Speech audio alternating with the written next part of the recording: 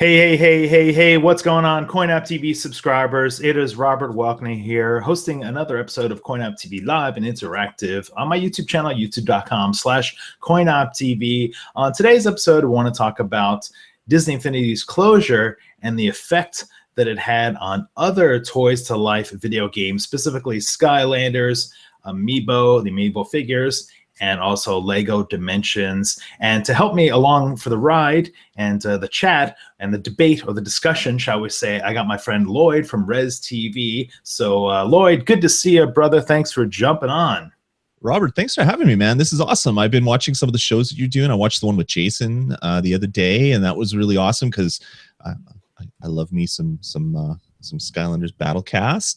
And yeah, it's going to be fun to talk here. I also host the Inside Infinity podcast. We've been doing it for 3+ years on Disney Infinity. So we're kind of sad right now, but it's going to be good to talk about maybe the future and maybe some stuff to do with these little guys as well.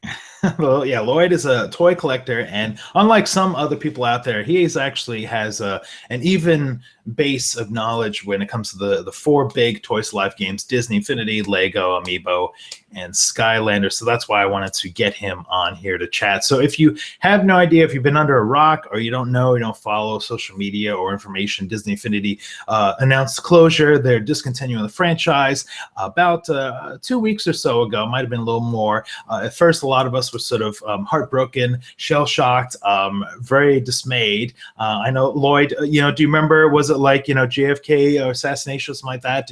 Were you remember where you were and what you were doing when you found out that Disney Infinity was being banned?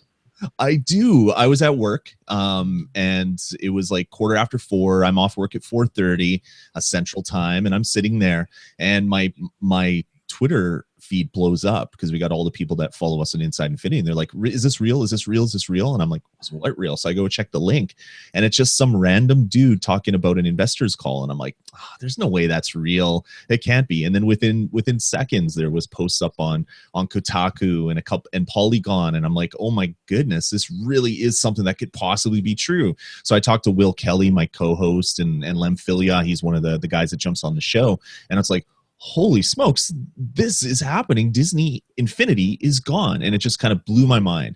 And then I had to leave and get in the car. So the whole time that I'm driving home, my phone's blowing up, and distracted driving laws. You can't look at the phone. I wouldn't want to anyway. And I'm just sitting there, and I'm like, I'm texting Will, and I'm like, can you just send me text with some of the stuff that's happening? Because then I can have it voice to text or text to voice. And it was the weirdest day, man. I'm a huge Disney fan. I'm a huge Disney Infinity fan. I have 2 kids. I have a 10-year-old and an 8-year-old, and we grew up playing Disney Infinity as a family, playing Skylanders before that. So we're all into Toys to Life. I have Skylanders. I've been doing a Nintendo podcast for 10 years. Amiibo. I do a Nintendo podcast. Been doing it for 10 years. I'm all into Toys to Life. And for Disney Infinity, the one that weeks prior or a month prior said that they're the #1 Toys to Life brand. They're growing leaps over bounds. And it's like, to announce that they're canceled, it was just like, I thought it was in Bizarro World. Like the last thing that I would have bet all the money that I owned that this would have never happened this soon. And sure enough, it did. And wow, it was huge. Yeah, very, very groundbreaking news. Let me give some shout outs to the chat here before we get into the discussion. Alejandro, Ilhan is in chat, L-Dog, USOPion Reviews, Edelman, Logan. I see some other people, USA Skylanders of America, Diosis, some of the regulars. So, all right, let's talk about, let me get my little screenshot up here I got of Minnie Mouse there. So Disney Infinity, no more. We got 3 games. The first one was a ton of fun. The second one was mildly fun, but the third one, kind of I thought was really fun, or at least getting there. And the hope though was Disney Infinity 4.0 would be the one to really step up the game, so to say. So now that that's gone, we got 3 remaining games out there, and we want to talk about the sort of the fallout of what's the pros and what's the con. So I think we'll start with maybe Amiibo. Is that a good one? No, Amiibo doesn't really have, one singular game, but Amiibo is Nintendo's. Let me get the picture up here. Nintendo's Toys to Life sort of cash in. I don't know if that's the right way to say it, but it's kind of an ancillary product to various video games. I guess the big one is like Super Smash Brothers, having your Amiibo figures as sort of trainers and helpers, stuff like that. Some of the other Amiibos unlock things in certain games. Overall, I just think the Amiibos, a lot of them look really cool. Not big on the Animal Planet ones. That was when things kind of fell off my interest level this year, so that was kind of good in a way. I get to save a few bucks. So Lloyd, let's start with the Amiibo. First of all, am I classifying Amiibo correctly? I mean, they're just kind of add-ons for Nintendo games, right? Am I missing anything? No, not at all. I have a hard time calling them toys to life because they really aren't. There isn't one game where you can take your little villager Amiibo and drop it in and have it come into the game. There's a lot of games where this is almost like an unlock code or a cheat code where it gives you stuff when you use the villager. Like you can obviously use him to fight in Smash Brothers, but you can basically use it in, say, Mario Kart and have a nice little villager costume and stuff like that. So it's almost like DLC, like downloadable content, but it's like downloadable content that you buy as a figure. One thing I hope out of E3, which Nintendo said the only thing they're showing off is Zelda, but I really was hoping for the Disney Infinity of Nintendo stuff. So you'd have one game with your figures, there's an adventure mode, there's something. Sadly, that is not to happen. I don't really call them toys to life. I call them statues to play or something. That's what I would call it. Like it's just, I'm not even taking them all out of a box, and not because I'm a big collector that I don't want them. I want them in pristine quality, but there's really nothing to do. I buy the figures that I really love. I probably have about 25, 30 Amiibo, and they just kind of sit there and they don't really do much. So yeah, they're good for me, someone that's been a lifelong Nintendo fan from when I first got my Nintendo Entertainment System. Growing up, loving all these characters, this is probably some of the best memorabilia that any company has put out for their statues that aren't $100. Like this is like the best $12 statue for something from your childhood that you're ever going to get. It's pretty darn cool in that way. But yeah, as to being toys to life, maybe that's a little bit of a stretch, I guess.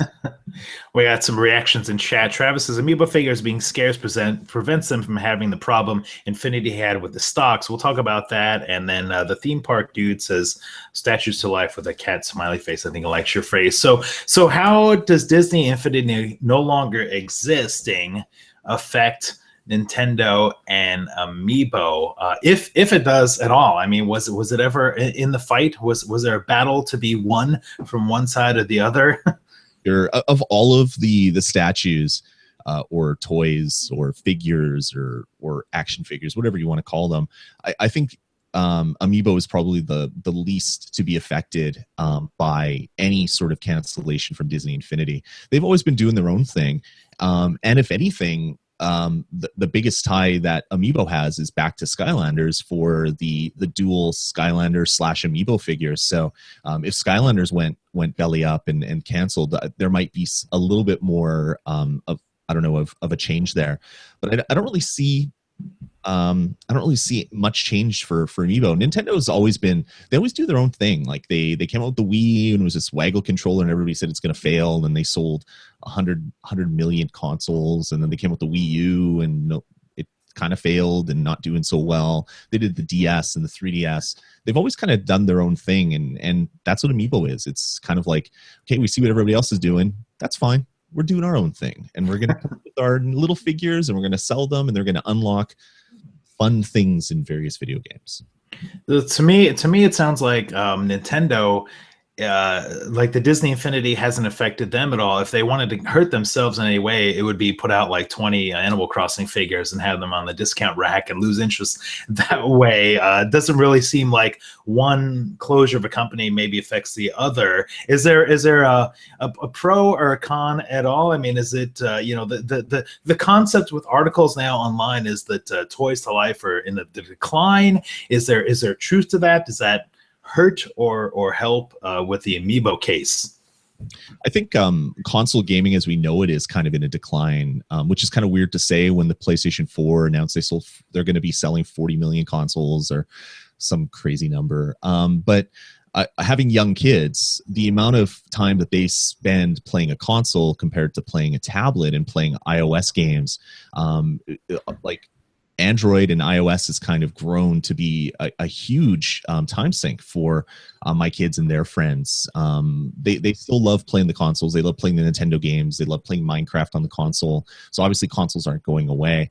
So I don't know. I think Android and iOS has done more to damage console gaming.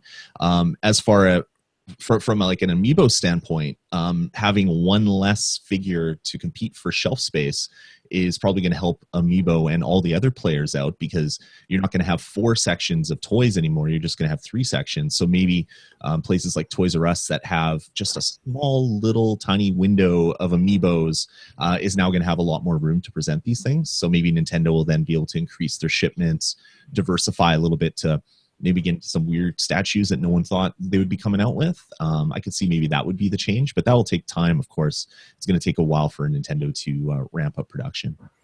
All right, yeah, you bring a good point out. So, and I think this applies for all of the 3 remaining Toys to Life games, is more shelf life or peg life, whatever the phrase is, at Toys R Us, Target, Walmart, GameStop. No longer will there be 4 areas for Toys to Life. Toys or statues, whatever you want to call them. Now there'll be 3, so you can kind of spread the love or consolidate a little more. So I think there's a little bit of a pro in all 3. You know, we'll sort of filter that down to all 3 of them. Before we move on to another one, do you have like a top 3? I know people in chat probably wonder, well, gee, I wonder what Lloyd's favorite like Amiibos are and stuff. Do you have like a top 3 or top 5 or anything you can think of off the top of your head? I'm putting you on the spot here, Lloyd. Sure. Like for me, they don't really do much in games, to be honest with you. So as far as their utility, I don't really have a top 5 of which ones are the coolest in game. The best looking ones, your favorite looking ones. So I'm a big Mega Man fan from way back in the day. So I love my Mega Man figure. I love my Ryu figure from Street Fighter. And I love my Yarn Yoshi. But the weirdest thing about Amiibo is you have Nintendo figures with Pac-Man, with Sonic, with Mega Man, with Ryu, with like all these weird I don't know, brands that aren't Nintendo brands. It's more like a Lego Dimensions in that way, where you have stuff from all over the place in Amiibo. So that's why I love collecting them just as dust collectors on my shelf, because I get so many awesome figures of characters that I loved from when I was a kid and growing up, and seeing characters that my kids love as well. Awesome. You stole a couple of my choices. Mega Man, I think, has been one of the best. I like the Little Mac from the boxing one there, the Punch Out. Also, Ryu is great from Street Fighter, and then Pac-Man as well. If you guys are in chat, let us know what some of your favorite Amiibos are. I see Trevor Yates in there, and Travis Teaspoon is giving us a lot of conversation about Skylanders and stuff like that. We'll jump into Skylanders in just a second. Before we do, let's go jump into some Lego Dimensions. Let me get a little graphic up for Lego Dimensions. So Lego Dimensions, Lego games have been around for quite a while. TT Games I think they've been doing them for at least 12 or 13 years, maybe more. I could be right. I didn't check that factoid. Maybe you can help me on that, Chad or Lloyd. But been playing Lego games for quite a while, licensed games from movies and cartoons and properties, and they decided, hey, you know what? We're going to jump into the Toys to Life game here. We're going to get our own little portal, and we're going to have interaction, and we're going to have this big giant game where we're going to claim that's going to last for 3 years, and you're only going to need 1 portal. Everything was expensive, a lot of money.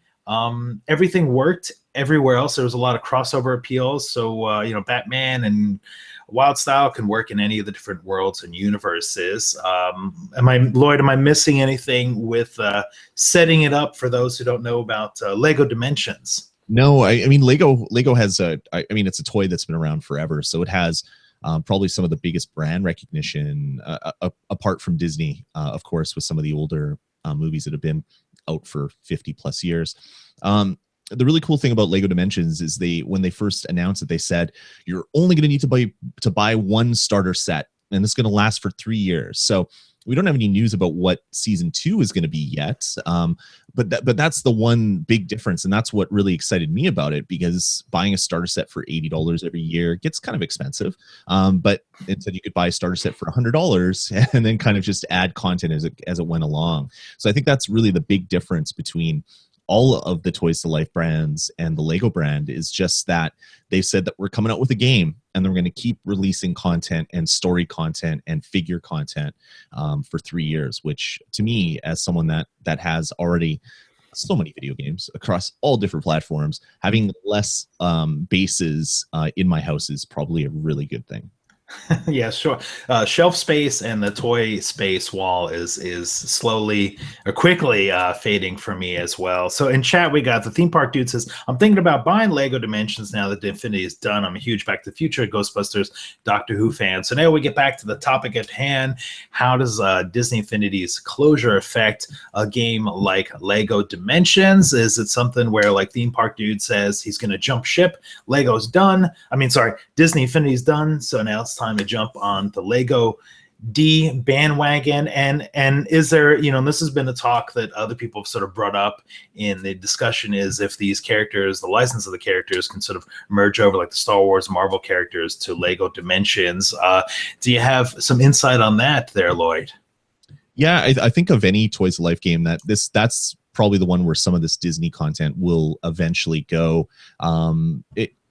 Early on, when Lego Dimensions was announced, Disney Infinity's PR team was quick to point out that Disney content will never make its way to Lego Dimensions in the foreseeable future. Now that there is no more Disney Infinity, I wouldn't be surprised to see it. Like the first Lego game really that most people played was Lego Star Wars. Star Wars has been a huge hit for Lego, and Lego's been a huge hit for Star Wars as far as selling toys. I was buying Star Wars Lego 15 years ago, and it's been a mainstay in my house. My kids love all the Star Wars Lego sets, so I wouldn't be surprised in the near future, maybe not for season 2 of Lego Dimensions, but maybe right near the end of season 2, maybe we'll get a surprise announcement that you're going to get a Lego Star Wars set and maybe get 3 figures or something, kind of throw them a bone. Because as I said, they've been making Lego stuff for a while, but they've also done Pirates of the Caribbean. They've also done other Disney properties as Lego games. They've been doing Lego Marvel superheroes for a number of years. So what I hope for the future is that I'll be able to finally see who's the bigger superhero, Superman or Spider-Man, and have them in the same game fighting each other. It's probably less likely that you're going to see Marvel content in the game, but I can almost guarantee that at some point, if I had to bet money, although I would have lost the bet against Disney Infinity, so don't take my betting advice. Obviously, I'm not very good, but I wouldn't be surprised at some future point to see some Star Wars content make its way into Lego Dimensions, which would be huge. Like they were saying in the chat room, like Back to the Future, Ghostbusters, Midway Classics Collection, the ability to play emulated old arcade games inside of Lego Dimensions. Like it's a game that has such a diverse set of properties to draw from. Like there was hidden scenes in Lego Dimensions Season 1 where they had the Jetsons and the Flintstones. It's like you can go pretty much anywhere that you want in Lego Dimensions. It just TT Games has to go out and get the license. So I'm really curious to see what happens with Season 2. But it wouldn't surprise me if maybe near the end, maybe we get a Poe Dameron and a Rey and a Finn as a figure that can run around in Lego Dimensions. Yeah, we already have. I mean, Lego already has Star Wars and Marvel. I mean, I feel like Lego has almost every property. If you can think about something, Lego seems to have a toy for it. Whether or not it appears in Lego Dimensions will remains to be seen. So Lloyd, it sounds like from what you're saying here, you're saying that there's a big giant pro here with Disney Infinity's closure, and we're not. I feel like I'm spending a lot of time bagging on, like, celebrating. Hey, Disney Infinity's gone now. Look at all these awesome things that are happening. I'm gonna miss the game, and I'm bummed. And you guys, let me know in chat, what your feelings are and stuff. But we have to talk about sort of the result of things. So Lloyd, it sounds like what I'm gathering is that maybe for Lego Dimensions, this is kind of a celebration, for their team. Maybe a win that they can get some property moved over. Is that what you're saying? Yeah, I think so. Right after the cancellation, maybe a little bit distasteful, but there was some tweets from some of the Lego Dimensions team members saying, "Oh, wow, that's amazing. I guess we're one man's down, and maybe we can get some of their properties in a future version of the game." And then those tweets were blown out of proportion, and he ended up deleting them. But I think the want has always been there. I mean, Lego makes so much money making Star Wars Lego sets, and if they could make another, like they're already coming out with the new Star Wars video game for with episode 7 content in it. So it just makes sense to have some of that content make its way into Lego Dimensions in a future time. I'm really hopeful, at least. Yeah, we'll have to see. That'll have to be a wait and see. I gotta say, the thing about, I mean, I know we're not really reviewing the games and products and stuff, but for me, Lego Dimensions was too costly. Now figures are a little, cheaper on discount, and you kind of get them a little cheaper. But man, that first like Christmas wave, $100 starter kit. I know for you, some of these things are even more expensive. Just kind of turned me off in general, and it wasn't my favorite of the three, the Skylanders, Disney Infinity, and Lego Dimensions. So it's really hard for me to get kind of excited about it. Did you have sort of a preference on since we're talking Toys to Life, do you have your preference on what's your favorite to least favorite at all?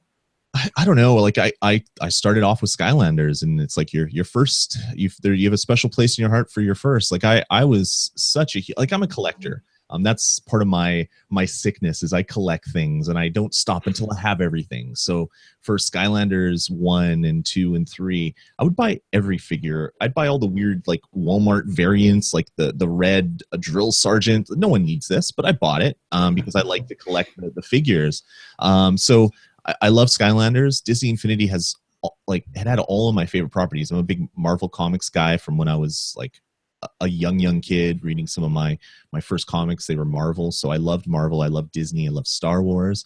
And I'm a huge Lego fan. Like having all 3 of these games was just such an amazing experience for me, because they all cover different things that I love. I love Spyro the Dragon on the original PlayStation. Having Spyro turn into Skylanders was amazing. And then all the other ones. But yeah, the one that I probably play the most is Disney Infinity, because I co-host a podcast that is just about Disney Infinity. So I've scraped every minute of content that you could possibly get out of that game.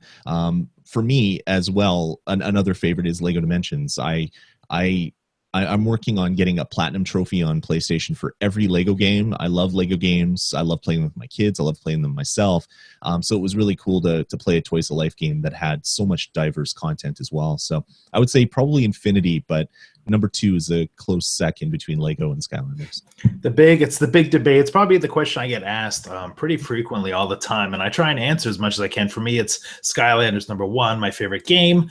Disney Infinity was kind of second. I like the Disney Infinity figures a little bit more than a lot of the Skylander figures, especially the recent, the Superchargers one. I thought they actually downgraded those figures, and the material of them didn't feel and look as great. And then it's a toss-up between, I kind of voiced a little bit of my opinion, not really too excited about Lego Dimensions, but Amiibo and Lego Dimension would be like a tie for third. In chat, we have L Dog Johnson says he'd love to see some Cartoon Network properties come to Lego Dimensions, like Ben 10, Gumbo. I would love to have a Lego regular show. Some of those. Does your family, your kids watch any Cartoon Network shows at all? Would you like to see some Lego Cartoon Network properties? Totally. Like Lego Adventure Time would be amazing. We watch a lot of cartoons in this house, so that would be great. We've already seen so many like weird properties that I never thought would fit in Lego Dimensions. So we have some rumors of what's coming out for Lego 2. There was some leaked products, product names, just abbreviations. So people are saying, like, I don't know, Harry Potter and A-Team and like all these things that are just so out of left field. But with seeing what they did with Lego Dimensions 1, Season 1, it could actually happen. I never thought that I'd be able to play Back to the Future, Ghostbusters, and Scooby-Doo content in the same video game. And that just is unbelievable that happens. So I'm really curious to see what happens with Season 2. Yeah, definitely. The curiosity factor is in there. Yeah, Travis has sort of mentioned Harry Potter, Looney Tunes. He's mentioning, so, maybe those are rumors or wishful thinking. That's another rumor as well that is really loud. So you'd have your Sonic Amiibo, and then you'd also play Sonic in Lego Dimensions. That would be kind of weird, but Sega kind of just make games and publish IP rights now. They don't really make hardware, so they don't have to choose one or the other, I guess. Yeah, that's so it sounds like, again, Disney Infinity's closure helps, in the favor of Lego Dimensions, is, giving it some shelf space and some potential properties. Is there a negative at all? Does Disney Infinity's closure have a negative spin on a game like Lego Dimensions? I don't think, again, I don't think one of the players going away has any negative connotations for any of the other ones, because they're not fighting for as much shelf space. There's not Disney Infinity figures under the Christmas tree or in a birthday bag or whatever holiday you celebrate. So that's one less thing for kids to ask for. Legos, as you said, Robert, it's really expensive. I remember before it came out, I put all the figures I wanted in an Amazon cart, and it's like, oh, $140, and that's not even including the game. All right, let's pare this down a little bit. Yeah, I think maybe just the shelf space thing. No, there isn't going to be a whatever the next Disney movie taking up figure spots in like stockings or whatever. So maybe that'll help sell some Disney, or some Lego Dimensions figures and some Skylanders figures around Christmas time. I see in chat, Rainbow Boy says hello, question mark, maybe wondering if we are live and interactive. We are live and interactive. If you got just some 2 cents or some thoughts you want to put in chat, or just say anything, let us know in chat. If you say something rude or immature, I might have to give you a timeout. Speaking of games and toys and life stuff, I saved the best, my favorite for last, and that would be Skylanders. Let me see. I got a Skylanders graphic here to bring up.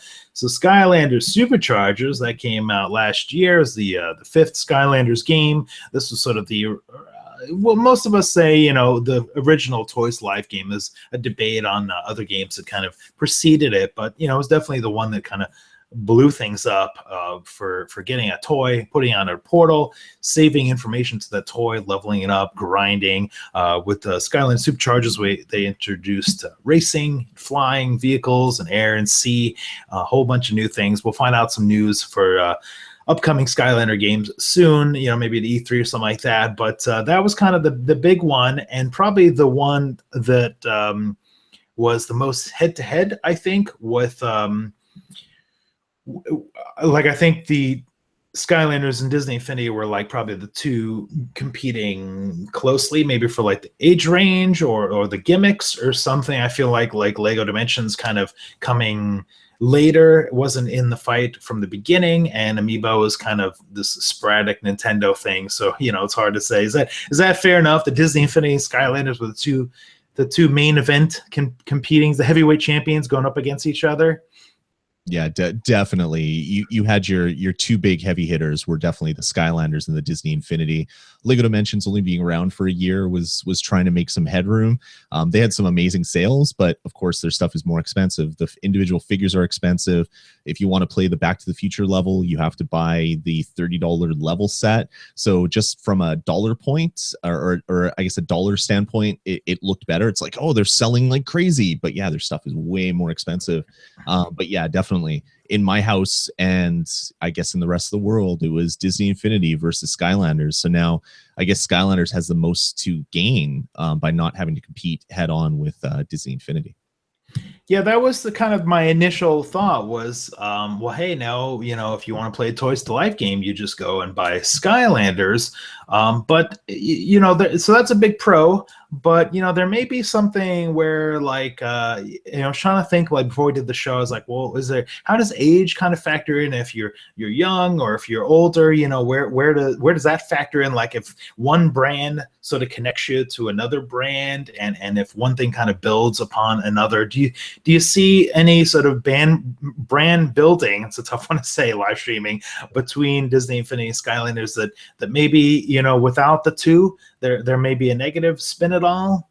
Yeah, I think definitely Skylanders is the more kid-friendly game, just by having the character designs the way they are. Like, when my child's children, I have more than one, when their friends came over, they were always excited about seeing all the Skylanders. It's like, oh, you have insert Skylanders name here, and I'm like, holy smokes, you know who this character is? Because it's not coming from a video game, it's not coming from a movie, it's not coming from anything really. It's just invented out of Activision's brain. Skylanders does have the I guess it's good for them because they've already been diversifying. So Lego Dimensions is Lego Dimensions. It's on all the major consoles. That's it. Skylanders you have on the 3DS. You have now you have these little cardy things where you can play them on iOS. They've had iterations of Skylanders games on iOS for a number of years. There was there you go, Battlecast. They had the Skylanders Islands. They had one, I can't remember the name of it, but it was just more like a shooter, and you're just tapping to shoot. Like they've been trying to get their product where the eyes of the most children will be, and market the heck out of it, which is a really smart thing if you're a company making a product that you want to sell to children. There's Skylanders comic books and coloring books and storybooks and wallpaper. You can go to, we have a place here in Winnipeg. I'm from Winnipeg, Manitoba, Canada. There's a place called the Party Stuff, and you go there and they have aisles of like kids party stuff, and there's a huge section for Skylanders, and it's like, wow, okay, it's a kids brand now. So I guess they're the one that's going to benefit the most, just because you're not you're not competing with I don't know, Finding Nemo and Star Wars Episode 8 and Rogue One and whatever Marvel movie comes out. So you're going to capture the eyes and the minds of the kids just by having, really, you're the only big player on consoles for kids to play. Yeah, I think talking about the age, we bring up Finding Dory, Inside Out, maybe some of the youth-friendly play sets there. Those might have been a little more of a head-to-head competitor for a younger audience like Skylanders, but it kind of feels like Skylanders is based on kind of the beginning. Like I don't even know what age kids are when they start gaming now, 5 or 6, yeah, to 14, and then like maybe 15 on, they're expected to be playing Disney Infinity. And I put a little plus symbol since, you and I are adults, we're still playing these games. There's no cutoff age for playing some of these Toys to Life games. But here's a question to pose. It's, and this is also, for chat and, to Lloyd, and if people are watching this on the archive. Here's a big thing now. If Disney Infinity and Skylanders were sort of the two giants going head to head, there's something about competition that's always a good thing when it comes to entertainment. And I'm a little nervous that without that, competitive edge out there, that the developers, the Skylanders, and we'll say, Lego Dimensions as well, they may sort of take a little bit of a backseat and not really try and up the ante at all. Lloyd, do you have any concerns of that? Like if Marvel and DC, if one of them went away, things would be different in the, comic to movie universe. You raise an amazing point, and that is, like, competition breeds innovation. I don't know if you're a wrestling fan. I used to watch wrestling back in the day when it was the WWE versus WCW, and they were each one-upping themselves. And then WWE buys WCW, and the product kind of stagnates, and I stopped watching wrestling. The same's been happening with the console wars. You have Sony does something really awesome, and then Microsoft one-ups them with the 360, and then Sony one-ups Microsoft with the PlayStation 4. And having that competition really forces companies to really innovate, to really kind of push the product. And I think Skylanders did a lot of that. With, you have your trap team having a speaker in the base was like, oh my gosh, it's talking to me, this is the coolest thing ever. And then with Superchargers, they tried to go a whole other route. It's like, okay, fine, we're going to have our Skylanders game, but it's also going to be a racing game. And they were innovating, trying to add functionality that the other guys don't have. So I am curious to see what happens with series, or I guess Skylanders 6. What happens with season 2 of Lego Dimensions? Are there going to be any major changes that you can't really predict just because of competition? And then it'll be interesting to see next year if some of that competition, that innovation kind of dies down a little bit, and they just go back to saying, let's release just a rebranded version of what we just released last year. It'll be really interesting to see what happens. Yeah, the word re-release, reissue, revamp is normally not such a word that I gravitate towards. However, the Ratchet and Clank game that came out this year, I don't know if you've played that at all, Lloyd. That was really phenomenal. Did you play that one at all? Yeah. I'm a big Ratchet and Clank fan from when I first played it. And funny enough, I played Ratchet and Clank on my Vita because they have the Vita collection, which had the original one. So I played the original on my Vita. And then the month later, I played the remake on the PlayStation 4, and it felt like a fresh new experience. So you can take an old story and really put more than just a coat of paint on it, really like fundamentally change it and make it better. And that's definitely what they did with Ratchet and Clank on the PlayStation 4. It looked like you're playing a Pixar movie, but you're controlling the character. It was just mind blowing.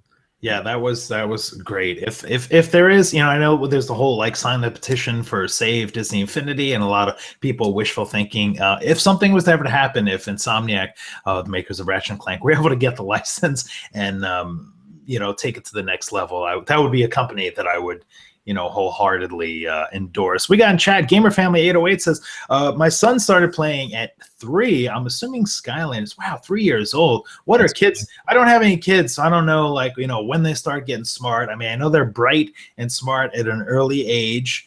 What are the ages on your kids there? I've been gaming my whole life. My house is one video game museum. They've been playing games since they were like 1. Like it was ridiculous. They were playing. Even if they weren't playing a game, they were sitting beside me holding a controller that wasn't hooked up while I was playing whatever the latest and greatest was. But my daughter also started playing Disney Infinity when she was really young, but she started playing Skylanders when it first came out. The first game, we played it as a family with my son. My daughter was 3, my son was 4, and I was whatever age I was. We started playing Skylanders, and we loved the heck out of that game. It was so good. Yeah, definitely. People, we are live streaming and stuff, and I live stream a lot of Skylander games, and people who don't know who I am, they'll jump in and be like, oh, why are you playing like a kid's game, stuff like that. But I believe that a lot of these Toys Live games or video games in general are meant to be enjoyed by youth and adults. They make a lot of the jokes, a lot of the chaos scenes when he's cracking jokes or messing around with Glumshanks and Skylanders. There's a lot of like subtle Easter egg and funny things, in there that, Lloyd shaking his head. I'm assuming he's agreeing that there's some stuff in there. So that's my excuse. It's just like a good kids movie. It'll have humor in there for the adults that are in the theater bringing their kids. Skylanders was the same way. It had aspects of the game which, when my kids were young, they couldn't play. They couldn't beat some of the bosses. They were getting wiped out and going through all their characters. So it's definitely difficult and made for adults to play as well.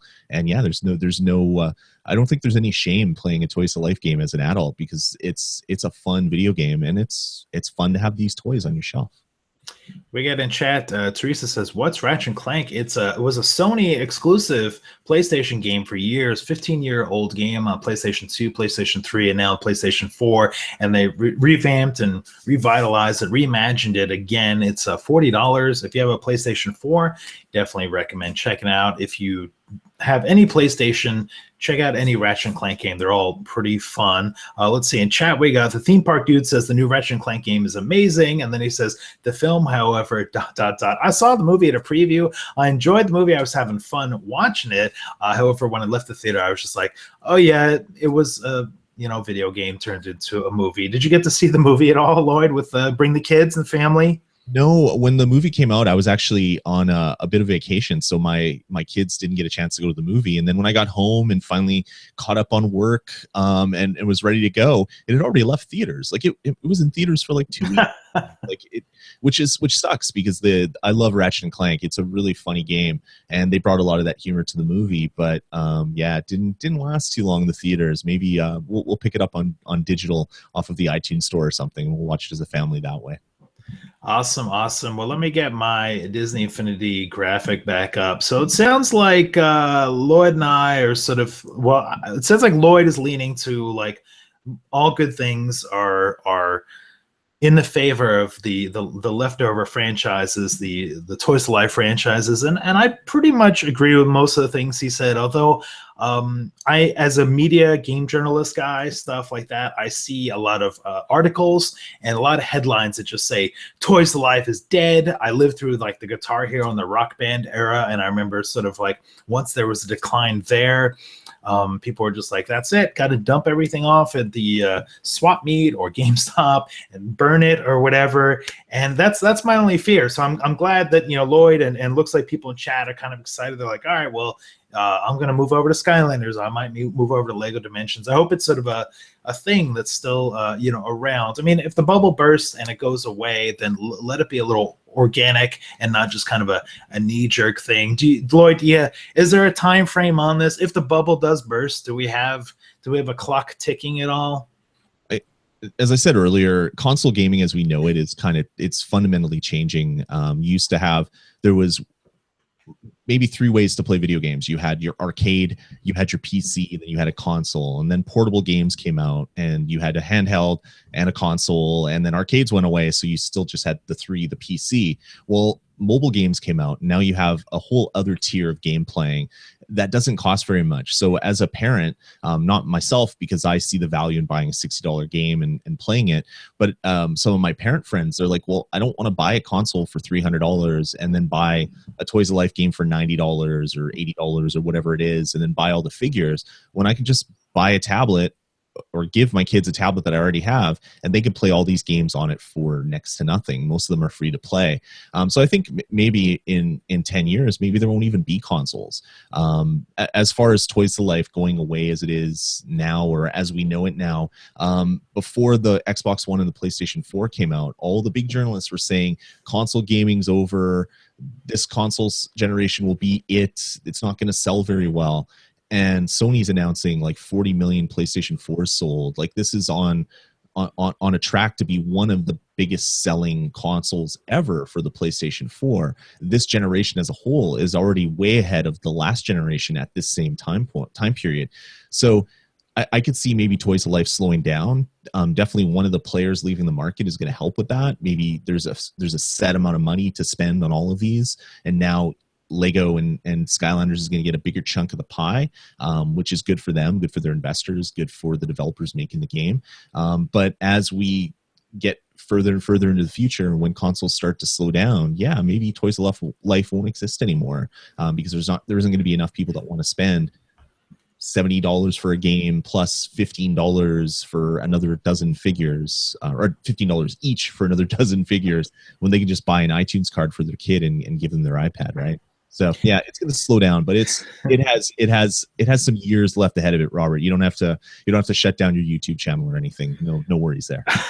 people label me like, you're a Skylander channel, you're a Disney Infinity channel. I play like all the games. I'm playing Overwatch, Teenage Mutant Ninja Turtles, whatever's out, Uncharted, but I specialize in Disney Infinity, Toys to Life, Skylanders. So that's a big thing. Just like Lloyd there did, 100 plus episodes, 133 episodes, I think, of Disney Infinity TV with the fellas, but it's also got REZDTV. Give us a teaser before we go. What's an upcoming article or episode that's you're working on? What can we look forward to? I got a sense of peeps your way.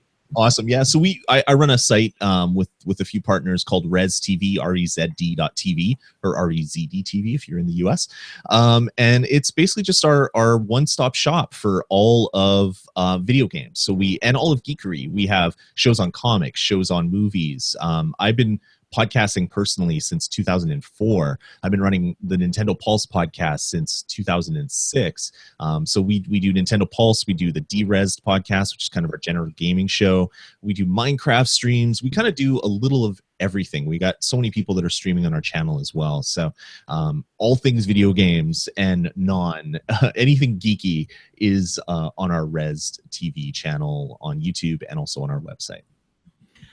Awesome. Well, I will put links to your social media and your websites in the description on the archive of this video. So thanks a bunch to you guys in chat for sticking around and talking to us, giving your thoughts on the Disney Infinity enclosure. We'll be actually probably doing another stream tomorrow. Not me and Lloyd, but me and Dan are going to actually talk about some Alice in Wonderland and some Dory. So there'll be more to talk about for Disney Infinity. It's not going away right away. As long as it's a topic and a fun thing to talk about, we'll still make some content news. So Lloyd, shout out to you. Thanks a bunch for jumping in, and we'll wish you well, buddy. Yeah, Robert, thanks for having me. I'm happy to come on anytime. It's nice that it's been a while since we last chatted. You were on the Inside Infinity podcast once upon a time, so it's good to chat video games with a fellow Toys to Life fan. Yes, likewise. I was when I was a guest, it was the highest rated episode ever of Disney Infinity TV, according to Metacritic. From what I've heard, that's all I've heard. Rumors on that. I don't know if there's any truth to that, Lloyd, but there's currently offers for the movie rights for that particular episode. It's going to be a motion picture event, so it's going to be pretty awesome. Okay, hopefully I won't be played by Johnny Depp. You know, at this time he's got a little low Metacritic rating. But anyway, let me say goodbye. Sayonara to you guys. Thanks so much for watching. This will be archived on my YouTube channel, youtube.com/CoinOpTV. Thanks a bunch. We'll see you guys next time.